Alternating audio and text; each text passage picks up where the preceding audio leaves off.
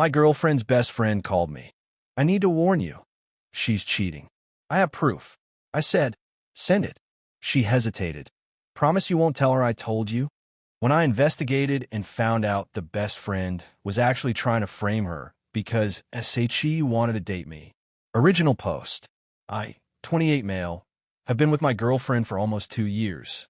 We met through mutual friends at a barbecue, hit it off immediately, and moved in together about 8 months ago. She's smart, funny, works as a pediatric nurse, and genuinely makes me want to be a better person. I thought I found my person. Her best friend, 27, has been in the picture since college. They've known each other for nearly a decade. Best friend was always around, dinner parties, movie nights, random Tuesday hangouts. I never thought much of it. She seemed nice enough, if a little intense sometimes. My girlfriend always said she was just protective of her. 3 weeks ago, I got a call that changed everything. It was 9 p.m. on a Thursday. My girlfriend was working a night shift at the hospital. I was on the couch watching basketball when my phone rang. Best friend's name on the screen. Hey, what's up? I need to talk to you about something. It's serious. Her voice was shaky. Nervous. Okay, I need to warn you. She's cheating on you. I have proof. My stomach dropped. What are you talking about? I didn't want to be the one to tell you, but you deserve to know. She's been seeing someone from the hospital. One of the doctors. I've seen the messages. Send it. She hesitated. Promise you won't tell her I told you? She'll hate me forever. But I couldn't watch her do this to you. You're such a good guy. Just send me what you have. I will. But please, don't do anything rash. And don't tell her it was me. I'm only doing this because I care about you. She hung up. 5 minutes later, screenshots started arriving. Text messages, apparently between my girlfriend and some doctor. Flirty stuff. Plans to meet up. A few messages that were more explicit. I stare at my phone for a long time. My first instinct was rage. Pure hot anger. But something fell off. I couldn't put my finger on it, but something about the whole thing didn't sit right. See, I'm not the type to make decisions when I'm emotional. I've learned that lesson the hard way in the past. So instead of confronting my girlfriend when she got home, I decided to investigate. First thing I noticed, the contact name in the screenshots was just Dr. J. No last name, no photo. The messages were weirdly generic, like something out of a bad movie. Can't wait to see you again. You're so beautiful. Our secret is safe. Second thing, the timestamps. Some of the messages were supposedly sent during times I knew my girlfriend was with me. One was from a Sunday afternoon when we'd spent the entire day at her parents' house for her dad's birthday. Third thing, the phone number. I did some digging. Reverse phone lookup. The number wasn't registered to any doctor at her hospital. It was a Google Voice number, the kind anyone can set up in 5 minutes. Something was very, very wrong here. I didn't sleep that night. My girlfriend came home at 7 a.m., exhausted from her shift. She kissed me on the forehead and went straight to bed. I watched her sleep for a few minutes, trying to figure out what the hell was going on. Over the next few days, I became a detective. I'm not proud of how obsessive I got, but I needed answers. I checked my girlfriend's actual phone when she was in the shower. There was no Dr. J in her contacts. No suspicious messages. Her text history was exactly what you'd expect conversations with me, her mom, her sister, coworkers, and her best friend. I scrolled through the messages with her best friend. Mostly normal stuff. But then I noticed something. Best friend had been asking a lot of questions about our relationship lately. How are things with you two? Does he make you happy? Do you ever think about being single again? My girlfriend's responses were always positive. Things are great. He's amazing. Why would I want to be single? Best friend's replies were always a little off. That's nice, I guess. If you say so. Just checking. The more I looked, the more I saw it. Best friend wasn't just protective. She was obsessed with me. I found comments she'd made about me. Compliments that went beyond friendly. Your boyfriend is so handsome. You're so lucky to have him. I wish I could find someone like him. And then I found the smoking gun. Best friend had sent my girlfriend a link to an article about signs your partner is cheating with a message. Just saw this and thought of you. Not saying anything, just be careful. My girlfriend had replied. Hello, what? He's literally the most loyal person I know. Why would you send me this? Best friend. Just looking out for you. You never know with men. That conversation was from 2 months ago. Best friend had been planting seeds of doubt for a while. And when that didn't work, she decided to take matters in her own hands. I needed more proof. So I set a trap. I texted best friend, "Hey, those screenshots you sent? I need to talk to someone about this. Can we meet up? I don't know what to do." She responded immediately, "Of course. I'm here for you." When and where? We agreed to meet at a coffee shop the next afternoon. My girlfriend would be at work. Perfect. What best friend didn't know was that I'd already told my girlfriend everything. Showed her the screenshots, explained my suspicions, walked her through all the evidence I'd gathered. She was devastated, not because she'd been accused of cheating, but because her best friend of 10 years was trying to destroy her relationship. "I always knew she was a little jealous," my girlfriend said, tears streaming down her face. "But I never thought she'd do something like this. We're going to handle this," I told her. Together. Update 1, 5 days later. The coffee shop meeting was illuminating. Best friend showed up looking like she was ready for a date. Full makeup, new outfit, hair done. She sat down across from me and immediately reached for my hand. "I'm so sorry you're going through this," she said, her voice dripping with fake sympathy. "I can only imagine how hard it must be." I pulled my hand away. "Walk me through this again. How did you get these messages?" She left her phone unlocked at my apartment last week. I wasn't snooping, I swear, but I saw a notification pop up, and I couldn't just ignore it. Interesting, because I check her phone. There's no Dr. J in her contacts. No messages like the ones you sent me. Her face flickered, just for a second. She probably deleted them. The timestamps don't match up either. Some of these messages were supposedly sent when she was with me all day. Maybe she has another phone, and the number? It's a Google Voice number, not registered to anyone at her hospital. She started getting flustered. "Look, I don't know how she's doing it, but I know what I saw. I'm trying to help you." "Are you? Because it seems like you're trying to break us up." "That's ridiculous. She's my best friend." "Then why have you been sending her articles about cheating partners for months? Why have you been asking her if she's happy with me? Why have you been trying to make her doubt our relationship?" She went pale. "How do you?" She showed me. "All of it. Every message where you tried to plant seeds of doubt. Every innocent comment designed to make her question us. You're twisting things." "I was just looking out for her." "No, you were looking out for yourself. You wanted her to break up with me so you could swoop in. When that didn't work, you fabricated evidence." "That's insane. I would never." "The screenshots you sent me? They're fake.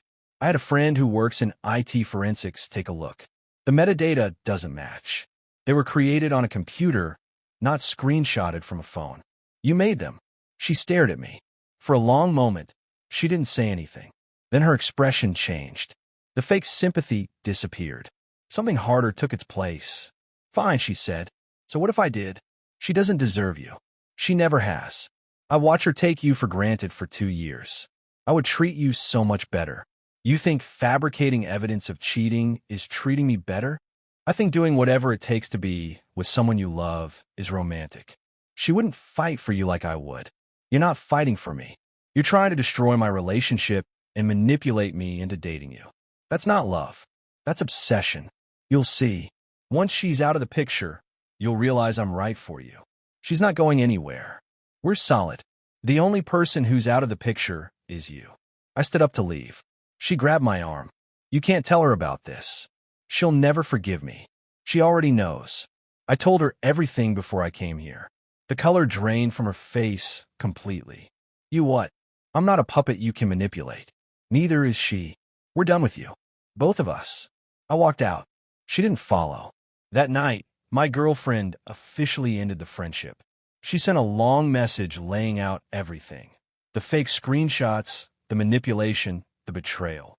She told best friend not to contact either of us again. Best friend's response? "You're making a huge mistake. He's going to cheat on you eventually. All men do. And when he does, don't come crying to me." Classic. Can't accept responsibility, so she doubles down on the narrative. We blocked her on everything and thought that was the end of it. We were wrong. Update 2, 2 weeks later. Best friend didn't take the rejection well. At all. It started with the mutual friends. She began telling everyone who would listen that I had come on to her at the coffee shop and that my girlfriend was in denial about my true nature. According to her version, she'd only been trying to protect her best friend from a predator, and now we were both attacking her for being a good person. Some people believed her. Others didn't. Our friend group basically split down the middle. Then came the texts from unknown numbers. Not threatening exactly, but unsettling. You'll regret this. She deserved a real friend, not you. Karma is coming. All from different numbers, all clearly from the same person. We saved everything. Screenshots, phone records, the works. Just in case. Then she escalated to my girlfriend's workplace. Best friend called the hospital's HR department and filed a complaint claiming my girlfriend had been having an inappropriate relationship with a married doctor. She provided evidence, the same fake screenshots she'd shown me. My girlfriend got called into a meeting. For 3 hours, she had to defend herself against accusations she knew were completely fabricated. The HR director was skeptical, but had to investigate. They pulled communication records, interviewed the supposed doctor, who had no idea what they were talking about, and eventually determined the complaint was baseless. But here's the thing about accusations. Even false ones leave a mark. Some of my girlfriend's co-workers looked at her differently afterward. The rumor mill started churning. She had to work twice as hard to prove she was the same professional she'd always been. She came home that day and cried for 2 hours. 10 years, she kept saying. I trusted her for 10 years. And she tried to destroy my career because I wouldn't let her steal my boyfriend. I held her and made a decision. This wasn't just going to go away on its own. Best friend needed to face real consequences. The next day, I contacted a lawyer, explained the situation. He listened carefully and laid out our options. Filing a false report to an employer can constitute defamation, he said. If you can prove the screenshots were fabricated, you may have a case. I can prove it. I have the forensic analysis. Good. There's also the harassment angle, the text from unknown numbers, the campaign to damage your reputations. If you can document a pattern, that's actionable too. We decided to send a cease and desist letter first. Give her one chance to stop before we escalated to legal action. The letter was delivered on a Tuesday. It outlined everything. The fabricated evidence, the false HR complaint, the harassment. It demanded she stop all contact and retract her false statements, or we would pursue legal action for defamation and harassment. Her response came through her own lawyer. Her parents had hired one. The response was basically, my client denies all allegations and reserves the right to countersue for emotional distress. Emotional distress. SHE was claiming emotional distress. The audacity was almost impressive. But her lawyer also included something else, a request for mediation to resolve this matter amicably. Translation. She was scared and wanted to make it go away without admitting fault. We said no. We weren't interested in amicable. We were interested in accountability. Our lawyer filed the lawsuit the following week. Defamation. Tortious interference with employment. Harassment. We weren't asking for millions, just enough to cover my girlfriend's legal fees, any therapy costs, and a court order requiring her to publicly retract her statements. The response from best friend's camp was immediate and predictable. Her mother called my girlfriend's mother screaming about how we were destroying her daughter's life over a misunderstanding. She claimed best friend was just confused about her feelings and that we should be the bigger people and drop the lawsuit. My girlfriend's mom, bless her, said, your daughter tried to get mine fired with fake evidence. There's no misunderstanding here. There's just consequences. Best friend's father tried a different approach. He called me directly, man to man, trying to appeal to my sense of reason. Look, son, she's young. She made a mistake.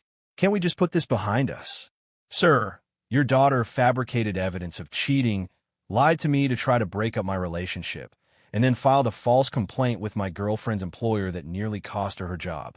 That's not a mistake. That's a campaign. She's in therapy now. She's getting help. Good. She needs it. But that doesn't erase what she did.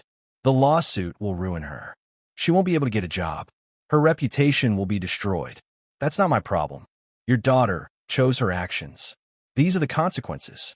He hung up on me. I didn't lose sleep over it. Final update, 6 weeks after filing. The lawsuit never made it to trial. Best friend's lawyer advised her to settle. The evidence was too strong. The forensic analysis of the fake screenshots, the HR records showing the complaint was baseless. The documented harassment. Our lawyer had built an airtight case, and her lawyer knew it. The settlement included a formal written apology to my girlfriend, acknowledging that the screenshots were fabricated and the HR complaint was false. A retraction statement that best friend had to share with every mutual friend she'd told her version of events to. In writing, with receipts confirming delivery. Payment of my girlfriend's legal fees, about $8,500. A permanent no-contact order. She cannot contact either of us, directly or through intermediaries, for any reason.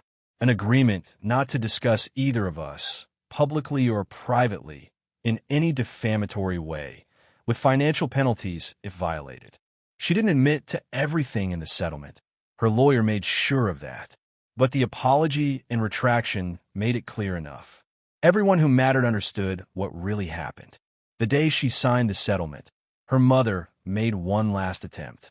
She showed up at my girlfriend's parents' house with a letter begging for forgiveness. The letter was 12 pages long. Most of it was about how hard best friend's life had been, her struggles with self-esteem, her difficulty forming relationships, how she'd always felt second best to my girlfriend, how her feelings for your boyfriend clouded her judgment, notably absent any actual accountability.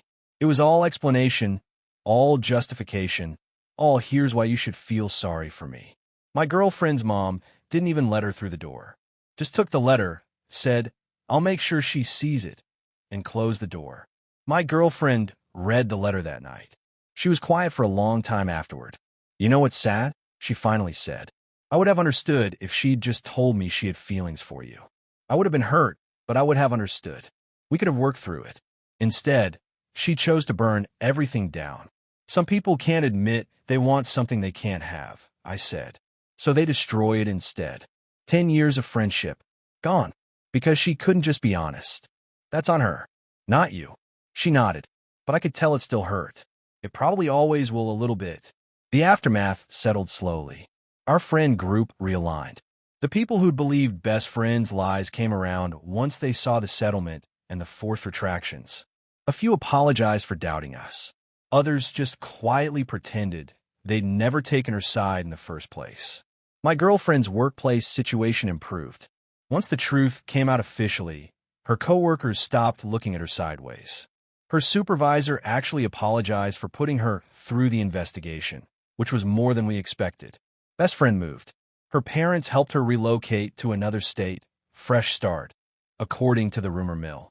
Last I heard, she was working retail somewhere and living with relatives. Whether she learned anything from this experience, I have no idea.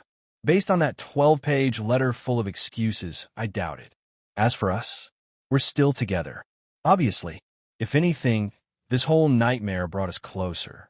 We learned that we could face something genuinely terrible and come out the other side as a team. That's worth more than I can express. I proposed last month. She said yes. We're getting married next fall. Small ceremony. Immediate family only. Her maid of honor will be her sister, which feels right. No complicated friendships, no drama, no 10-year-old loyalties that turn out to be rotten at the core. Some people in the comments of my earlier posts said I should have just walked away. Ignored best friend. Let karma handle it. Maybe they're right. Maybe legal action was overkill. But here's the thing. Karma is unreliable. Consequences are not. Best friend thought she could lie, manipulate, and destroy without repercussions.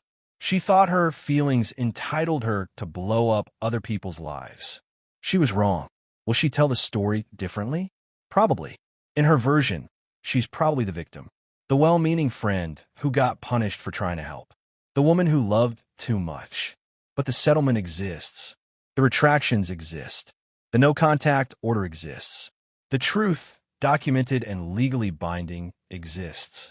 And I'm marrying the woman I love, who trusted me enough to fight alongside me instead of giving up. That's the only version that matters.